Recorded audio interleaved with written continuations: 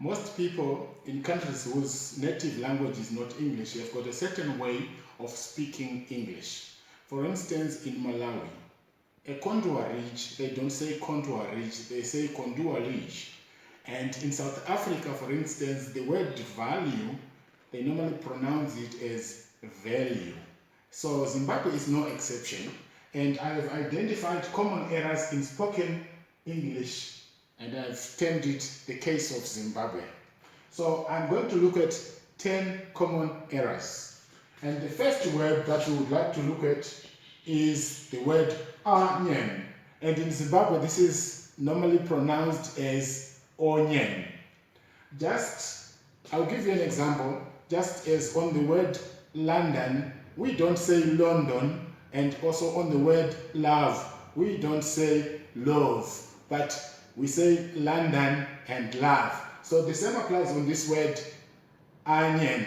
So it should be pronounced as onion.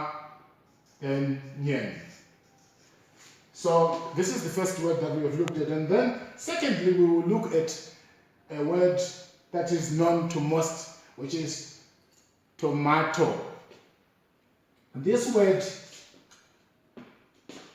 originally, tomatoes came from South America and they called them tomato.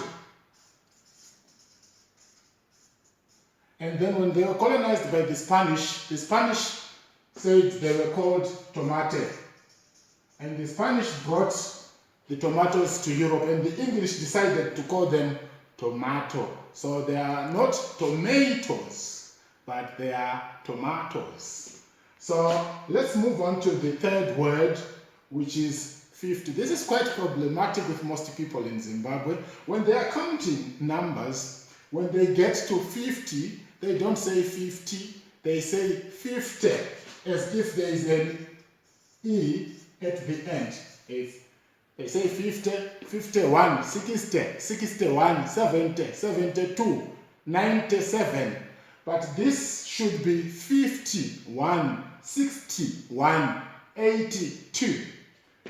So we now move on to our word number 4. This word is quite problematic as well. It's formed of 2 syllables and it's like this. So this word is not pronounced as question or question, but it's rather pronounced as question. This is how we should pronounce this word. And then we move on to number 5, and this word is weapon and not weapon. So it's pronounced as weapon, not weapon. Okay, let's move on to number 6. And most people like chocolates, but I often hear them say the chocolate was nice. No, rather it's chocolate. This O here is silent. You just say chocolate as if there is no O here, then you say chocolate. So this is how we pronounce the word chocolate.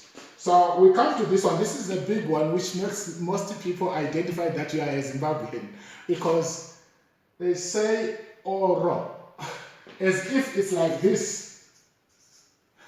So this word is not oro, but rather it's o. Let's just practice to say o and refrain from saying oro. Okay, let's move to number 8.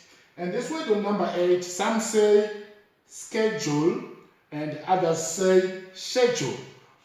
Fortunately on this one, both are correct.